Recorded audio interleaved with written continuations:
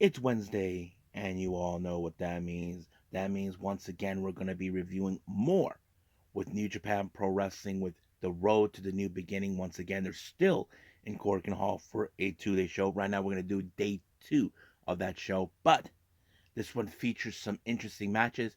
It features the never open weight 6-man tag team titles.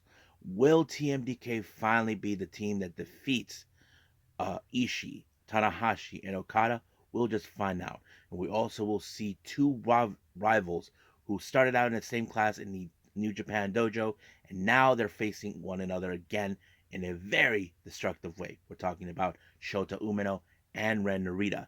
And of course, we have AEW Dynamite. We have some interesting matches taking place on. But however, the much interesting one is the main event, Adam Copeland versus Minoru Suzuki. First time ever. But will the rated R superstar survive the king, or as we call him, Murder Grandpa? We'll just find out about that too. But first things first, we're going to be reviewing GLEAT with their latest show that took place. It was originally broadcast from on the 21st of January. No, and then of course broadcast on the 24th. So it was part of Wednesday as well. We featured two title matches on this one as well. Then we cap it up with some news updates to tell what's been going on in the world of pro wrestling, such as what events the promotions are throwing out, who's booked, what matches are set, any developments that's been happening in the world of pro wrestling that we need to know about. So, let's get ready for another episode of the Deleted Wrestle Zone.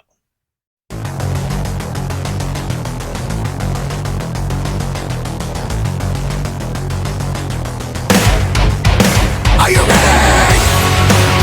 Get up, get up! Get up, get up! Get up, get up! Get up, get up! Get up, get up! Get up, get up!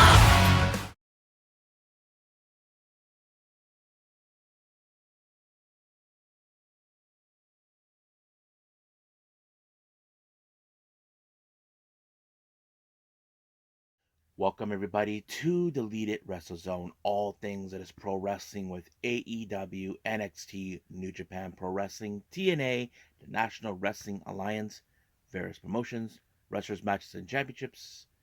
I am your host, J Rod here. So, if you are new to the channel, welcome. This is a channel where we do a lot of pro wrestling reviews from various promotions, not only here in the United States, but also in Japan, Mexico, Canada, Europe, the UK, anywhere in the world where pro wrestling is not as big, but it continues to grow. We also do discussion videos where we talk about various topics such as the wrestlers themselves, promotions, factions, storylines, whatever we want to get our hands on.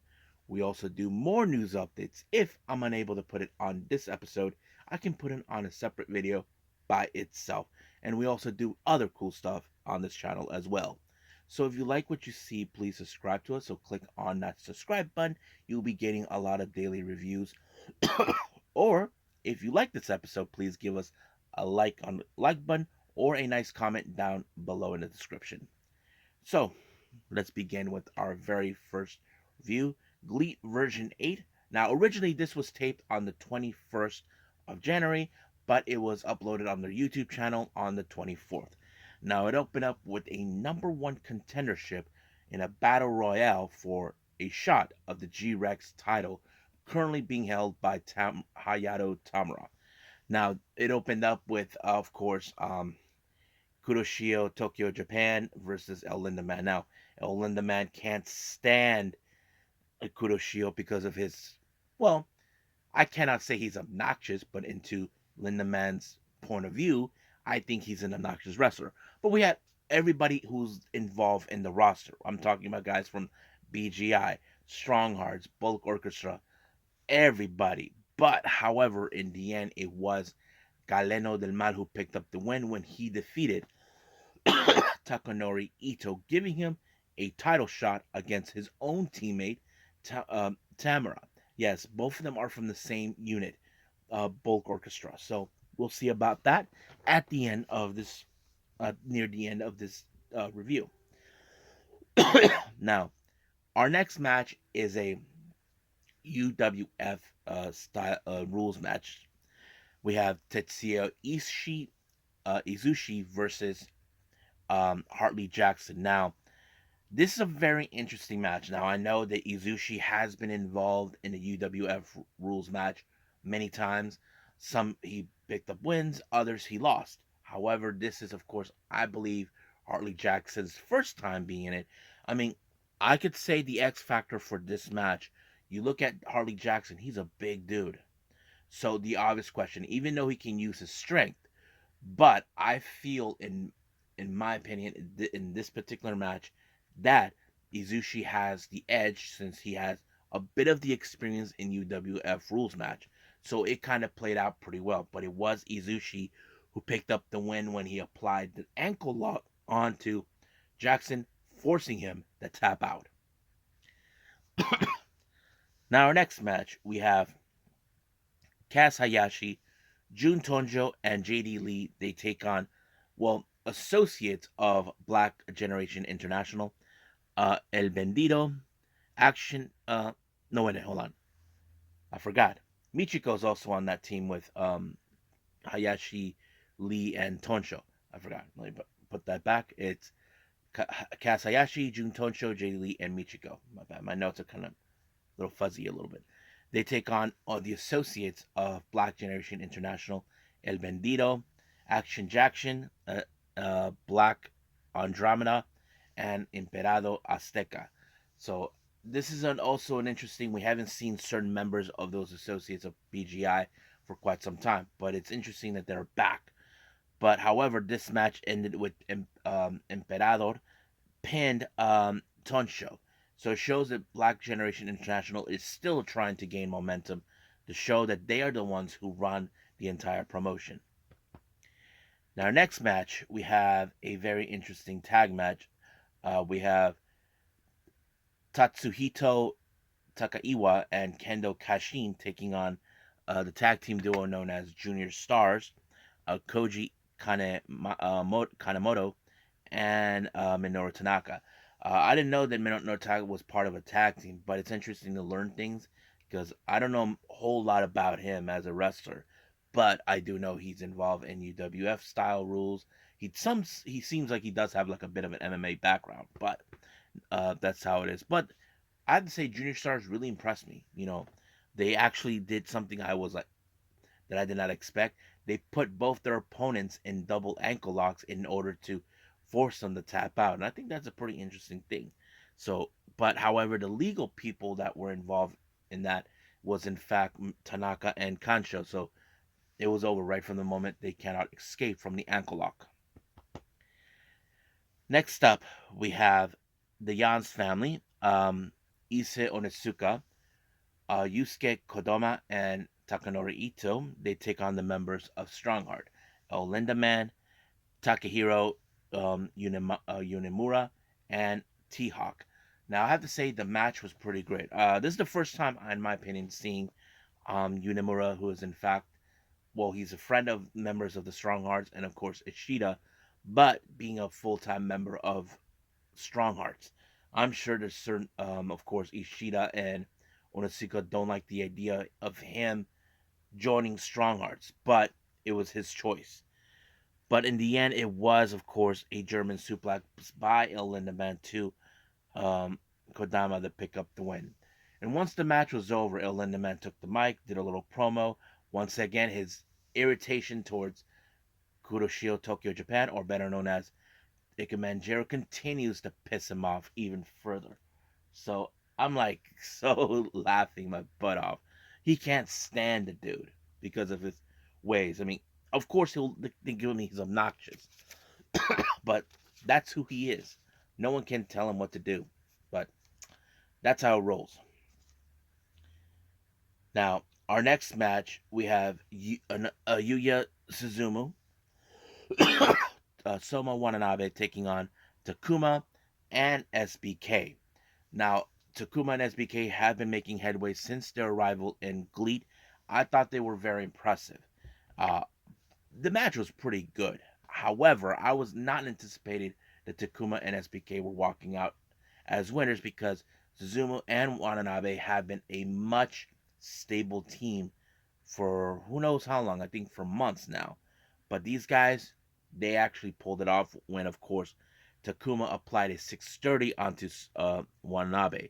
But what? And then, of course, as soon as the match was over, thanks to Takuma, he actually put out a promo. But he started to get in the face of Watanabe. I don't know what he says, but I'm sure he's not liking the comments he's giving him. So sooner or later, they will cross paths with each other. Now, our next match, we have Bulk Orchestra, consistent of Check Shimatani, Kazuma Sakamoto, and Quiet Storm taking on BGI's Tokaru Suzuki, Flamita, and of course, Kaito Ishida. Now, remember, BGI have always are now trying to say that they are now the top faction. Bulk Orchestra has been, in my opinion, the number one faction because they are because of course they're all flex and muscle, but a little bit of the comedic way that they normally do. However, BGI they're like very serious. They're here to prove the guys like Bulk Orchestra shouldn't be around at all. So the rivalry continues back. Remember, it was Ishida who was invited to join Bulk Orchestra until he turned on them to join BGI. But as always, BGI always has the better at them when Flamita applied a submission move onto Check Shimatani. So basically, as you know. But as soon as this match was over, Strongheart comes out to do a little promo. I don't know what they were doing, but I'm sure the fans are excited for it. Our next match is one of two championship matches, the G Infinity titles, which is the tag titles. Uh, challengers is the Emoji So and a Bulk Orchestra leader, Ryuki Kawakami. They take on, of course, our current champions, the Saito brothers. Now, I have to say this is one of those matches where, of course, Kawakami and the Emoji are put to the test because they're facing against a duo that are strong, powerful. They take no prisoners, that sort of thing. So the obvious question on this particular match, it tells us, do they have what it takes to try to stop them?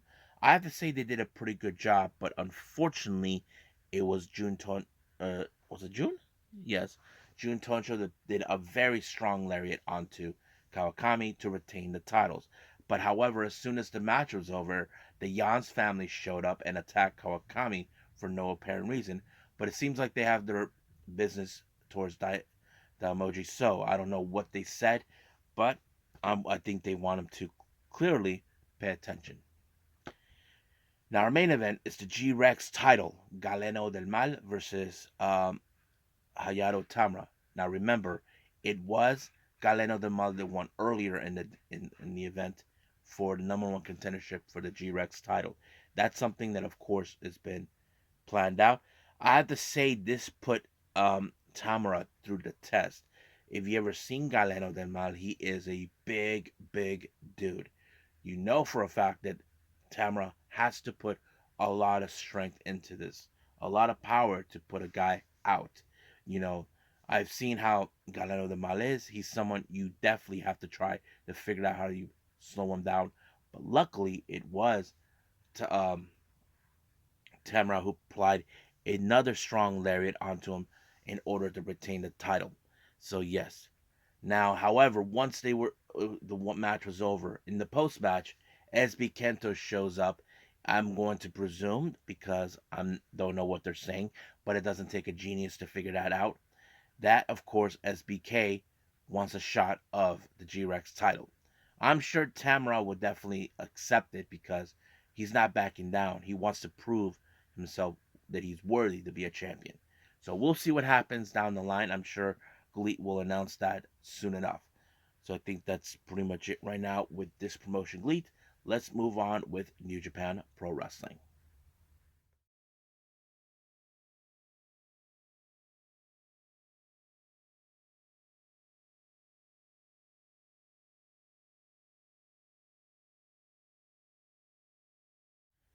Okay, we continue with more with Road to New Beginning, and of course, still in Cork and Hall.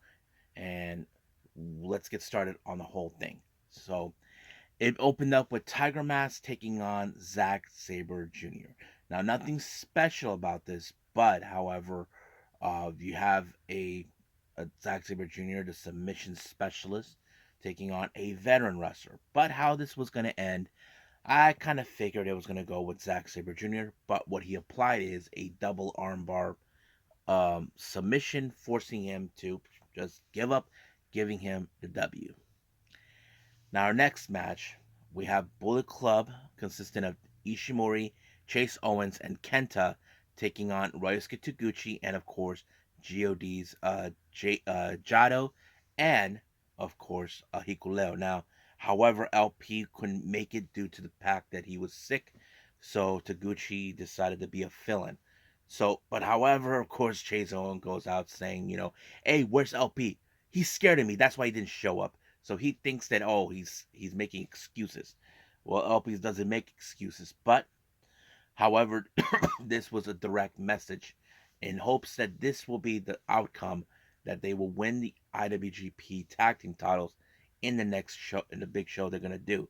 However, it was of course impressive with Yado, who excuse me.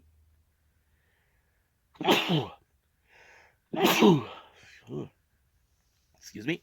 Anyway, Yado applied like a crossface onto was it Chase? No, onto Ishimori, but it was to try to reverse it many times as possible. Ishii was able to apply a third time reversal and turn it into a pinfall. However, this also puts into question: does Kenta and Chase Owens has the momentum, and hoping they will dethrone God for the tag titles? We'll find out when that day happens. Now, our next match, we have Takamori Hamna and Desperado and Tamatonga taking on, of course, those despicable pieces of garbages, the House of Torture. Now, of course, we have Kanemaru, Sho, Yujiro, and Evil. As always, we know in these type of matches. Now, keep in mind, Sho has already targeted Desperado for the IWGP Junior Heavyweight title because he, like I said before, he claims that he is the true Junior Heavyweight champion, and he thinks the other Junior Heavyweight competitors are nothing but jobbers. But he always claims with him with that grin smile that he's better than everybody else. But however, every single time when it comes to House of Torture, we know there's always the dirty tricks, the antics from House of Torture that sniveling little weasel Dick gets involved again. But this time, of course, Evil applied that everything is evil on Hamna to pick up the win. But once again, Sho proving himself, saying that I am the true star. You, Despy, are nothing but a phony. He decided to disrespect him by removing his mask. Now, our next match, of course, as always, the war between United Empire and Bullet Club War Dogs rages on. As always, from the United Empire, Newman, Akira, TJP, Hinare, and Khan, they take on Bullet Club War Dogs, Maloney, Connors, Kidd, Coughlin, and Finley. Everything went out of mayhem, but however, it was, of course, a DDT by Connors to Francisco Akira that win. But however, there was a moment where everybody ganged up on Akira and Maloney had something in his hand. And of course, it put a bit of fear into Akira. But luckily, the other members walked away.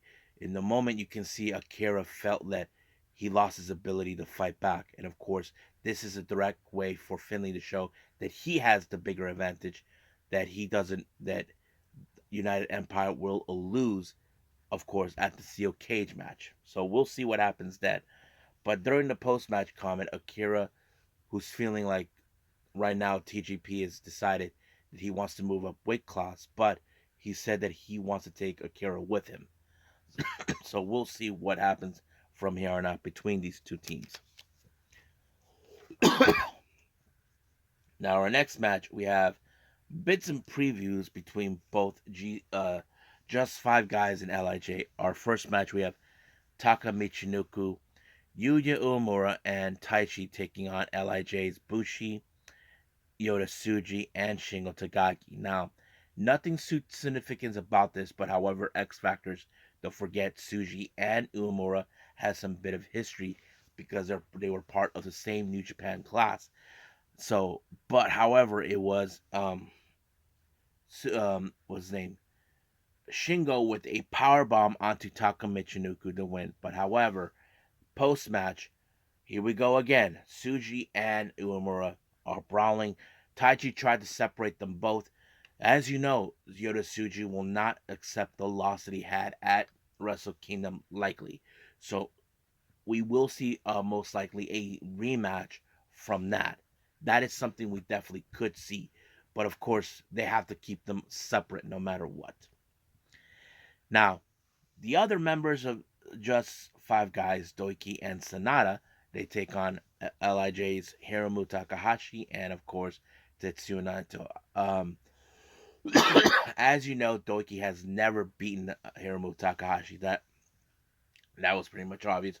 But don't forget, Naito will give another opportunity to Sanada for his title. That's something we're definitely gonna see. But the one surprising thing is how this thing was ending. It was Doiki who picked up the win by pinning Hiromu Takahashi. This was a major upset because Hiromu is one of the faces of the junior heavyweight division in New Japan.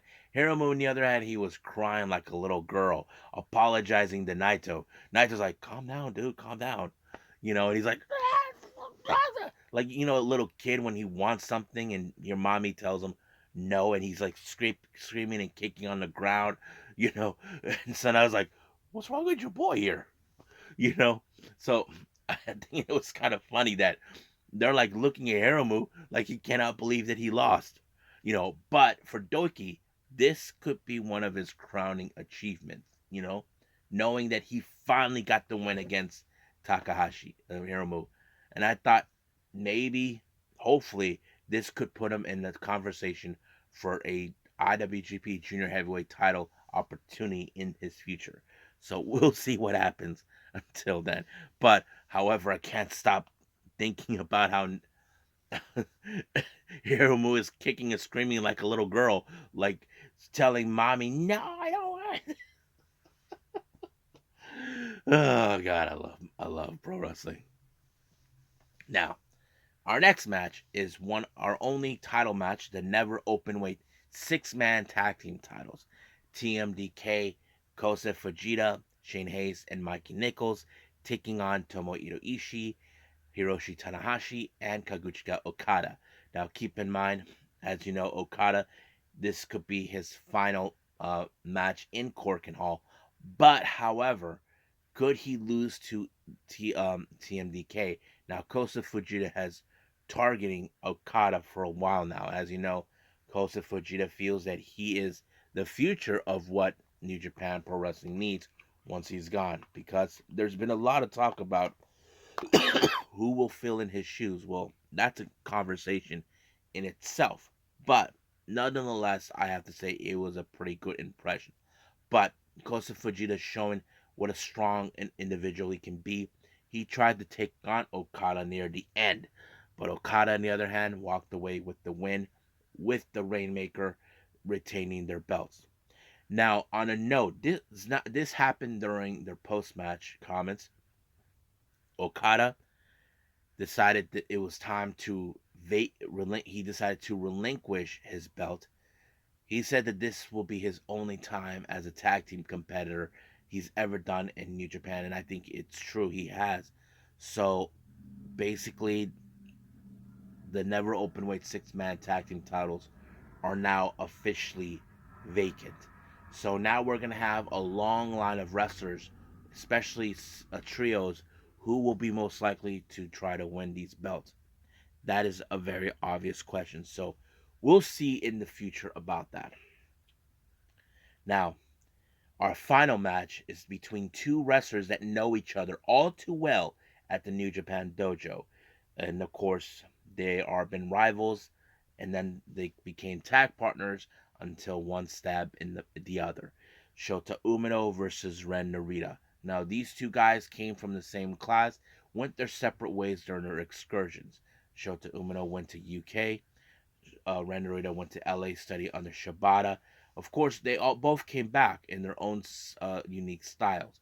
But at some point, as you know, the rivalry does not end afterwards. They continued on.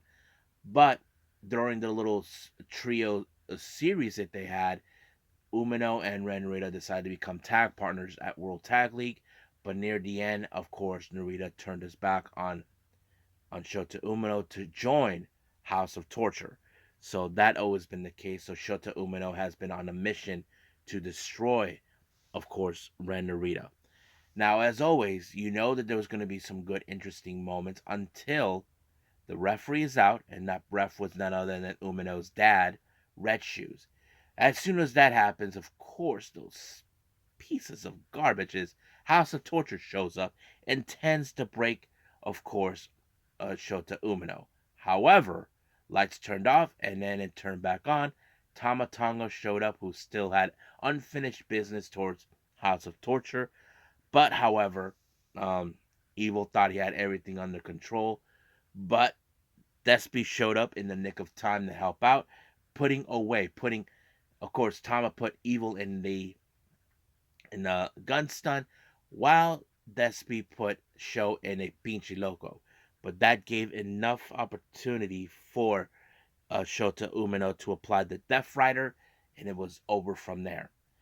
Now, normally we see Shota Umino as the guy who um, has to give the promo, but however, Tamatong gave his final goodbye, as you know, but he asked Shota Umino that, well, he told him how proud of he is, how much he has grown, but he told him to do one thing for him: to kick Evil's ass and take the never Openweight championship from him. And of course, you can see in Shota Umino's eyes and his grin that that's exactly what he's going to do. So he feels like he has the support of Tama. Even though he's leaving, he knows he will make him proud. And he said something like, regarding, as you know, because of Okada leaving um, New Japan. I think he said something. Let me pull that up real quick.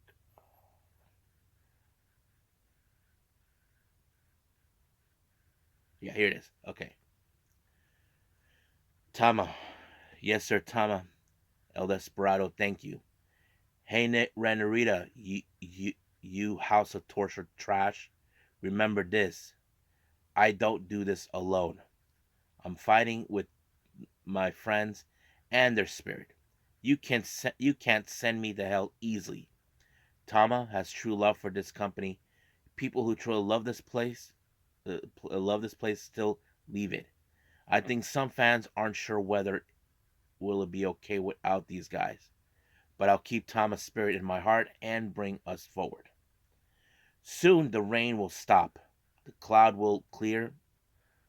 The clouds will clear, and there will be nothing but clear skies. If it's darkness, I will be the light, and I'll be the guide to lead the way. So thank you for your all hard work. This is the new generation, and in New Japan, in a new generation, I am the new ace. Don't take your eyes off me.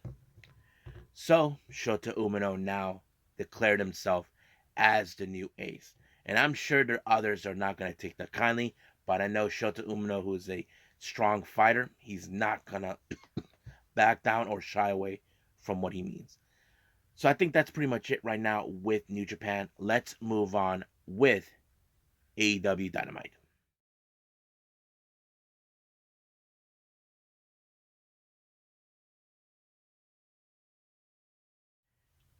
All right, AEW Dynamite. It opened up with Samoa Joe. As you know, Samoa Joe has made changes now as the AEW World Champion. Now, as you know, for a long time, we have seen wrestlers, they're demanding a title shot, all this and that. But now it's like, nope, I'm not going to give you opportunities because you say so. None of your things from social media means crap to me.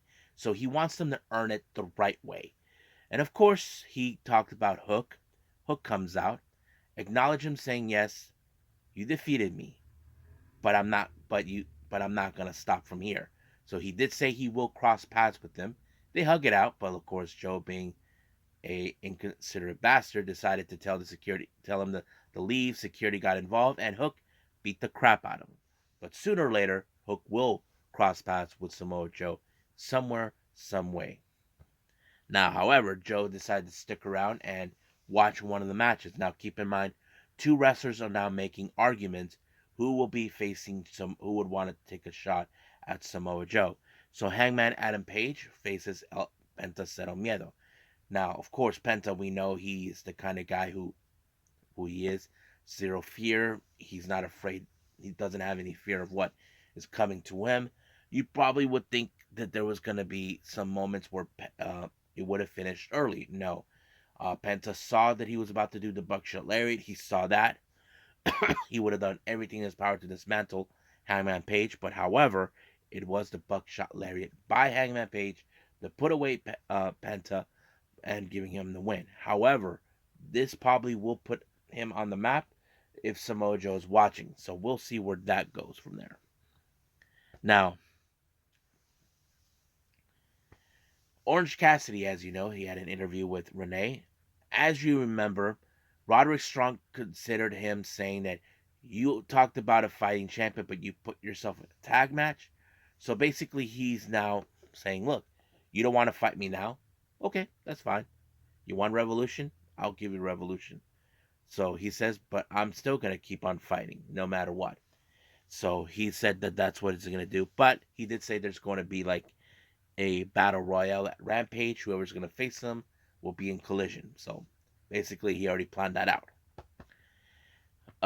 The next interview, this time was with Alex Marvez, and he talks to the Bucks about, of course, the buzz that they were suffering, that has been happening last week with their return.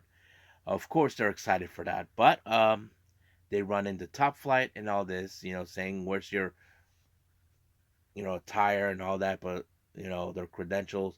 They said they've been there for the entire time, but we'll see what happens with those guys. Now, our next match, we have Trent Beretta versus Wardlow. Of course, this is going to be a little message for certain individuals. Now, keep in mind, Trent Beretta is good friends with Orange Cassidy. I'm sure this is a direct message from Strong all the way to Orange. And of course, Undisputed Kingdom are right there watching from the sidelines from here on out. That's always been a clear case from the beginning. But however, Wardlow, who's proving his path to destruction cannot be stopped, he put Trent Beretta in his Powerbomb Symphony. And of course, it ended right there. But however, soon as the match was over, during the post-match, Wardlow decided he wanted to punish more Trent Beretta. But luckily, Rocky, Chuck, and Orange showed up. But Roddy and the Kingdom tried to intervene. But Adam Cole told them, nope, nope, nope, nope, nope. Go on. Back up, guys. Come on. So they're just going to leave it as that for the time being. Now, we do get a little face-to-face conversation between Deonna Purrazzo and Toni Storm. Now, of course, there's been a history between those two over the years. Their time at at Stardom in Japan, staying together in the dojo, and all this other stuff. Of course, so basically he's saying that she wants the Toni Storm that she remembers, not this Toni Storm that is pretending that she thinks she's some Hollywood actress. But the funny part is, as you know, Toni Storm's been known to throw shoes at people. Well, Deonna Purrazzo threw a shoe at her, and of course she super kicked Luther, and now the sign is saying that Deonna Purrazzo could most likely defeat Toni Storm. So we'll see what happens until then. Now, we do get a little video package towards Jon Moxley. Talks about various things. The BCC, they don't celebrate that much and all this. But we do know he will be facing Lee Moriarty soon after he defeated Shane Taylor. That's something we will see. Now, we do see Tail Valkyrie and Johnny TV. They reemerged. Hail Valkyrie said that she will challenge next week Deonna Purrazzo. She feels that Deonna Purrazzo cut in line to get a shot of the AEW Women's World Title, and she thinks that this match is in the hopes to put her in the back of the line and for her to get a shot of it. We will see what happens until then. Now, our next match, we have Swerve Strickland versus Jeff Hardy. So as you know, Swerve is making his way in the conversation to get a shot of the AEW World Title. So this Samoa Joe was not at the commentary booth like I probably would have thought. He probably would have scouted this, but I'm sure he doesn't appreciate the fact that Swerve Strickland opened his mouth, tried to say things to him. So he's probably not impressed by him. I think he's more impressed with Hangman for some odd reason. But nonetheless, this match ended with the Swerve stomp right there. Now, as soon as this match was over, we do go to the backstage where Renee interviews Hangman and then Swerve butts in. However, they kept going back and forth in this, so they made a decision. There was a decision that was been made that next week each will pick an opponent for each other. So basically, Swerve will pick an opponent against Hangman, while Hangman will do the same thing to Swerve. Now, our next match we have Thunder Rosa versus Red Velvet. First time ever they ever meet up. Um, you probably would say that this is going to be an interesting match. Yes, I mean we know that Red Velvet has some great striking ability, both with the kicks and her fist. I mean that's something we do know. But Thunder Rosa, who has like that fighting spirit, that always plays out pretty well. But it was Thunder Rosa with the, I'm not sure it was the Tijuana Bomb or something, but it did allow her to pick up the win. Now, Tony Schiavone was in the ring talking to Darby Allin and Sting. So, of course, we do see Matt and Nick watching and all this and other stuff. But however, Darby Allin and Sting actually had a little talk about, when Darby was at his house in Texas, talking about, that he still got it and all that, and they want to make a play for the AEW World Tag Team titles because Darby told him, you're calling your shot. How do you want to end it? So basically, they're aiming for the tag titles. But of course, Ricky Starks and Big Bill, who are confident to believe that they will end Sting before Revolution, well, we will see when that day happens. But they accept the challenge no matter what. Now, our next match is the AEW World Trios Tag Team titles. We have the Mogul Embassy, Brian Cage, Teo Leona, and Bishop Khan taking on the Acclaim and Daddy Az. I thought this match was going to be interesting because we've seen the Mogul Embassy are strong and powerful. But however, like any other type of match, Nana tried to ensure that this match goes in her favor. He tosses a chair to Bishop Khan while he distracts the ref, but Jay White showed up in the nick of time to remove the chair from Bishop Khan. But while that was happening, Nana was not. It was like a bit of surprise that happened, and then here comes the Guns. They picked up Nana and put him through the timekeeper's table, and of course, this put the Mogul Embassy in disarray. But it did give the opportunity for the Acclaim to take out Bishop Khan. But the final blow was, of course, Max Caster with the mic drop and win the match. So it looks like the Bang Bang Scissor Gang are getting more cohesive than we expected. So that's going to be fun to watch. So we'll see what happened with Bang Bang Scissor Gang.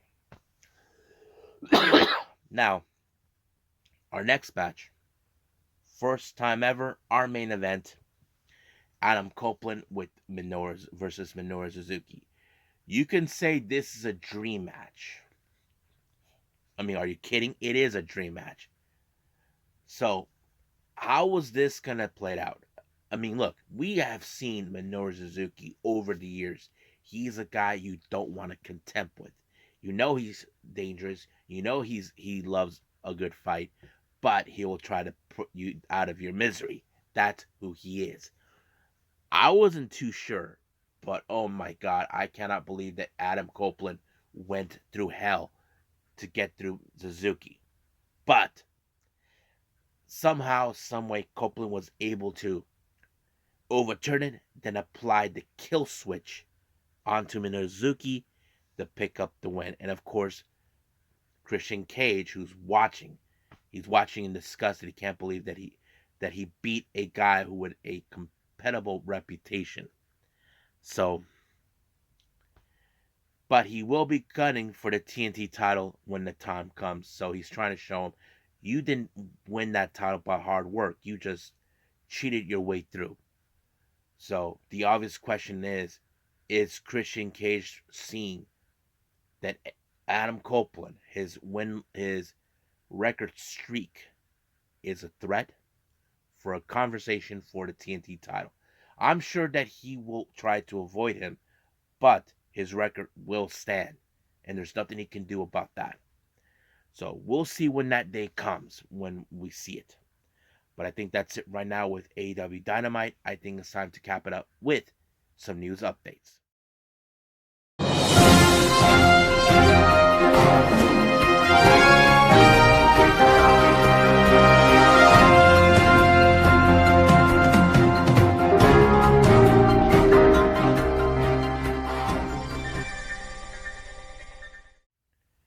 Okay, so welcome to our news updates. So let's get started with, of course, updates with the promotions on their events.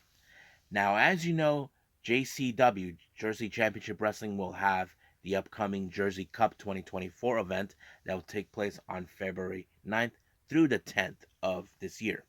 Now, 3 more names have been added into the entrance of the Jersey J Cup. Step in entrant number 15, Marcus Mathers. Entrant number 16, Matt Makowski. And then entrant number 17, I really hate this guy, Charles Mason. Yeah. So those are the next entrants for the Jersey Cup 2024. Now, an interesting match has been announced by Deadlock Pro Wrestling DPW for the 19th of February in Pasadena, Texas. We have the Workhorsemen, Anthony Henry and JD Drake. They take on the combination of Tyler Breeze and Chris Danger. So that's going to be interesting to watch. Now, GCW has announced for their Dallas show, Touch the Sky, on the 23rd of February. Pagano makes his return to the promotion. Now, any of my subscribers are from the San Diego or Southern California area. If you guys ever go to Tijuana and attend any of the Tijuana promotion known as the Crash, well, it was announced that Roosh will be making his appearance on February 23rd as well. So if you guys are from that general vicinity, go get your tickets now. I mean, I would love to go see another Crash show, but I never got the chance to see it again. Now, House of Glory has announced a match for the Reckoning show coming up on March 2nd. Mustafa Ali taking on Alex Shelley. Hell yeah. And then finally, more with Chaos Lucha Libre with the 39th anniversary of Blue Demon taking place on the 24th of March. We're going to have a 4-way match in the women's division. Ayaka Hamada, Natalia Markova, Keira, and of course, Julissa, or as we know her, Ulissa Leon. So that's pretty much it for our updates with the promotions. Let's talk about certain developments that have been talked about. Recently, Yuki Kamifuku posted out, if you guys know who she is, Yuki Kamifuku is one of the talents from Tokyo Show Pro Wrestling. She revealed that she was invited by Kino Films to go see the movie The Iron Claw. So yes, another a Japanese wrestler who she actually knows who Zac Efron is. That's something she is familiarized with. But she said that she loved the film and all this. She loved the story. But she never mentioned anything about how, of course, Kevin Von Erich, who suffered a great deal with the loss of his brothers. But she did say that she would have loved to play the role of Pam, you know. She probably had that fantasy like any woman who has a crush on Zac Efron. So it's a good to know that she actually went to see it. That's a good thing for her. Interesting situation has taken place with Yoshi Promotion, Diana. Let me give you guys a lowdown. Last year there was a situation where some dude, they call him Butt Guy. I don't know. They never disclosed his real name, but he was dubbed as Butt Guy for a reason. He's been taking inappropriate photos of their talents, of all the Yoshi wrestlers' butts. Diana has filed a complaint on this dude many times over, and nothing was being done. And recently, they just announced that they formally filed a complaint against him, and that this just recently happened on the 23rd. I mean, we've seen these type of things before. If you guys remember, there were certain moments where we have fans that put their hands on the female wrestlers' butts, which is inappropriate. It's understandable what they're asking for, but will this ever stop? That's a question that I cannot answer, but hopefully it can be. But we'll see about that. Now, Sports Illustrator actually posted out a report towards Cody Rhodes, but this one, I think many fans are possibly not going to be happy with it.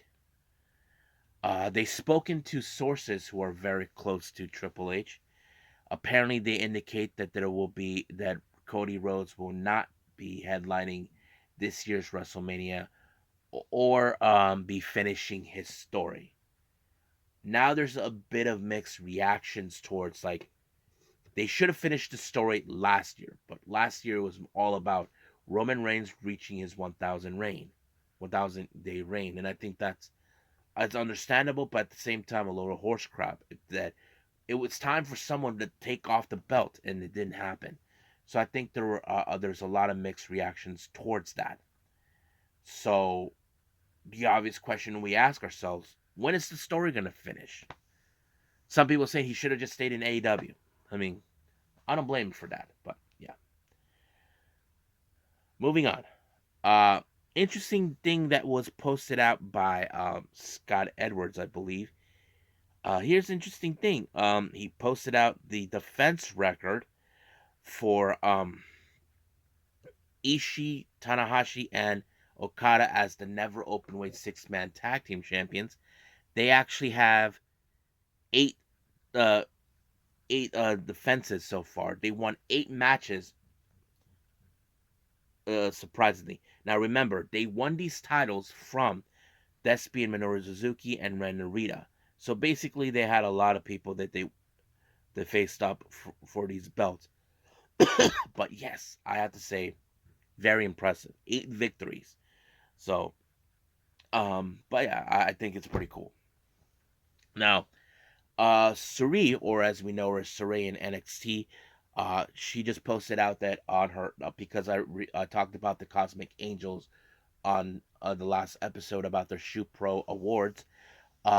She announced that she is ranked in number 10th in the Women's Pro Wrestling Grand Prix and 20th in Favorite Wrestler. Uh, Now I know what you're gonna say. That's for all you Saree or Sarray fans are like that's nothing. But I think for Sarray it's a good start. Remember, she um, just made her return to Japan last year, and I think that's gonna put her more in the conversation for 2024. And she probably is hoping that maybe things will be a lot more better now in 2024. So let's give her our support for that.